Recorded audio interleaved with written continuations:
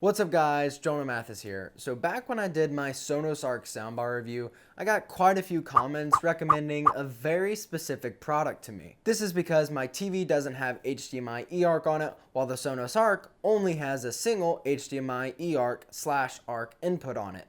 So therefore, I'm limited to the capabilities of HDMI ARC, and I'm not going to get the highest quality of sound possible due to the limitations of my TV itself. Now, if you don't know the differences between HDMI ARC and HDMI eARC, then I'd really suggest that you go watch my video on this. I basically explain the main differences between ARC and eARC, what the pros are, what the cons are, how they're different, all of that. So if you're not really sure what any of this means, go watch that video real quick, then come back to this one and it'll make a lot more sense. Anyways, the product that was recommended to me was the HD Fury Arcana. This is the world's first HDMI 2.1 eARC adapter. There's nothing else like this on the market right now. Once I saw this thing, I immediately pre-ordered it because one, I love my Sonos Arc and I love how it sounds, so if I could increase the quality just a little bit from it, I wanted to do that. And two, it would make for a great YouTube video. I know you guys would enjoy it, and I know this would help a lot of people out that probably aren't aware of this. What is the HD Fury Arcana and how does it work? It looks like a very fancy HDMI splitter,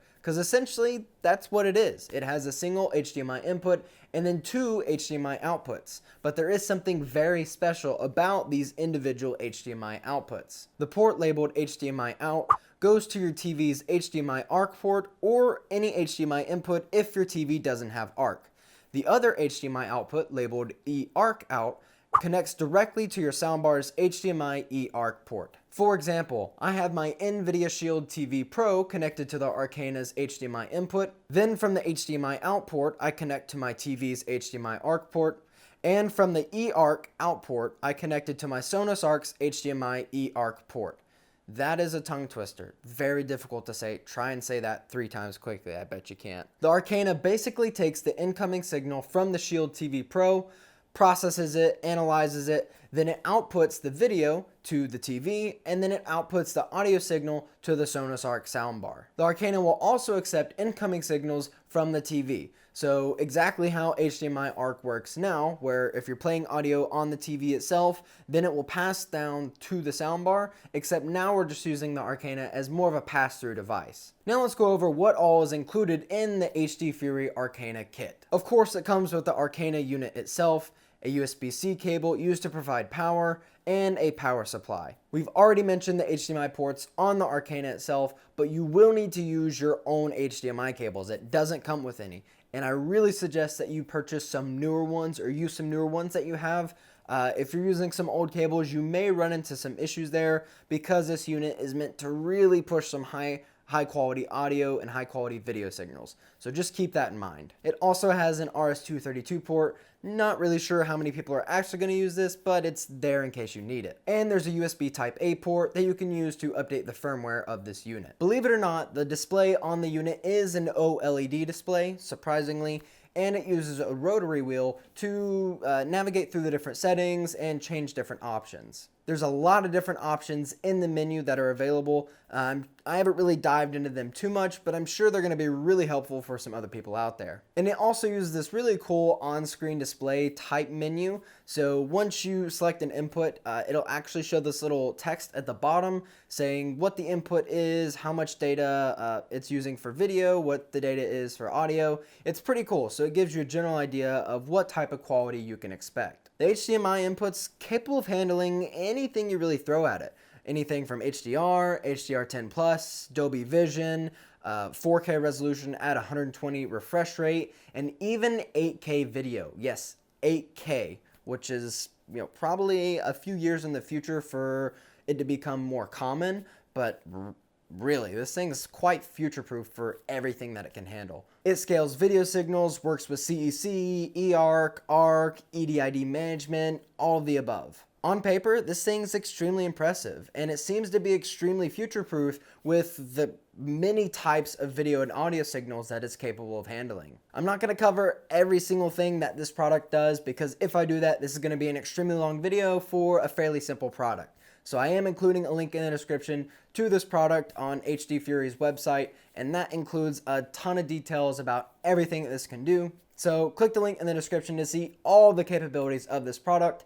But now let's move on to some other things. Now they've heavily marketed this product towards Sonos Arc users. It even says Sonos Arc on the packaging itself. But the main reason they've done this is because the Sonos Arc is the first and I believe the only Dolby Atmos soundbar that doesn't have any HDMI inputs on it. So it forces you to use HDMI Arc or HDMI eARC. The main problem with that is that most TVs out there still don't have HDMI eARC. Even some of the newer, like mid-tier to low-tier TVs still don't have it. You typically have to buy a higher-end TV in order to get HDMI eARC. So there's a lot of people that are missing out on quality because their TV's stuck to HDMI ARC. Now I do want to mention that it's not specifically for the Sonos Arc, they've just marketed it that way. So it does work with other eARC soundbars and other eARC, audio video receivers, things like that.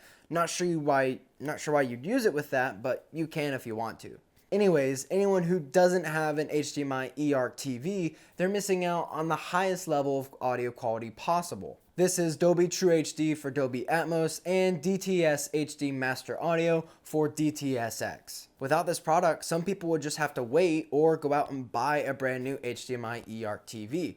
And not everyone wants to do that. Well, the HD Fury Arcana is actually the only product out there right now that solves this problem. And I will say that it does work quite well. I've done quite a bit of testing with my Sonos Arc system and my Samsung Q950T system to see how well this product works. And I did do video reviews on both of those products, so if you're interested in that, those links will be in the description as well. With the Sonos Arc, I really didn't experience any issues at all. Everything seemed to work exactly as it was supposed to. I could clearly hear the difference between Dolby Digital Plus when the audio was coming from the TV and Dolby True HD when the audio was coming from the NVIDIA Shield TV Pro. I did my testing using some Dolby demo files, and essentially what I did was I put those on a USB drive, plugged them into the TV, and that's how I could test Dolby Digital Plus.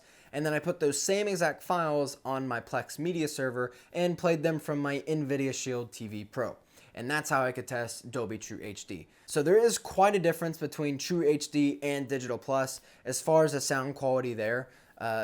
Dolby Digital Plus is a compressed version of Dolby Atmos, while Dolby True HD is an uncompressed or a lossless version of Dolby Atmos.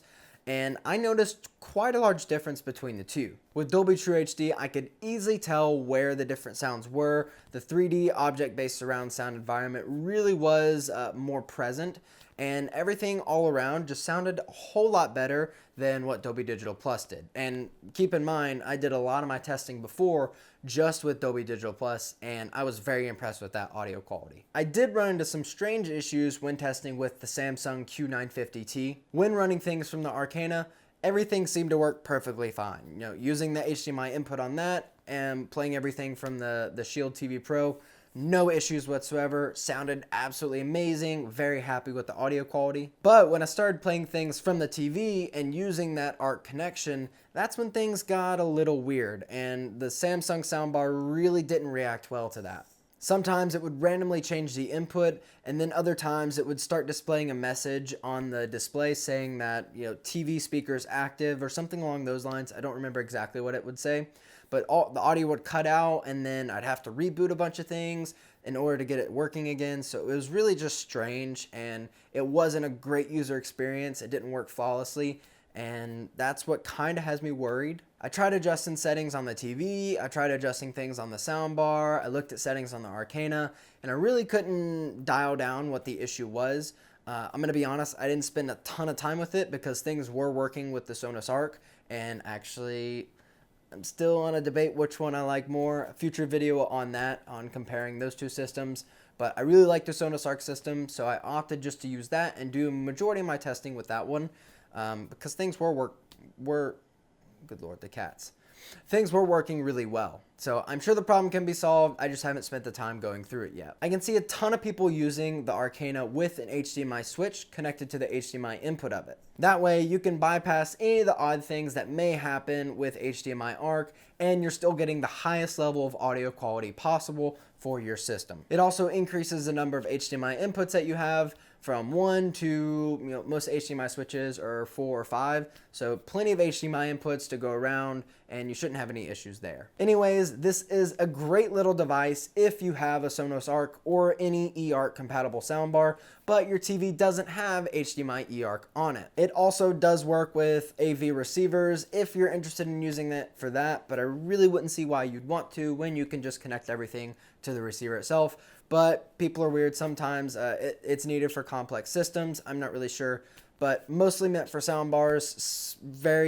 Works very well with the Sonos Arc. That's my personal opinion, and that's my personal experience as well.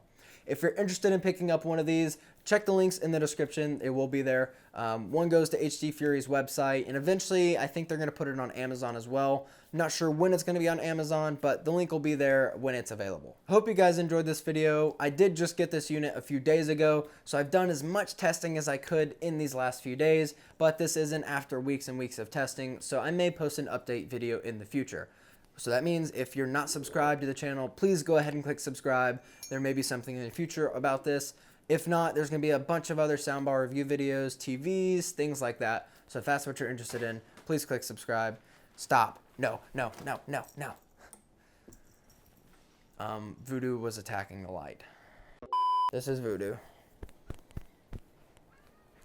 This is Voodoo. This is cat number 2, not Mr. Kitty. All right.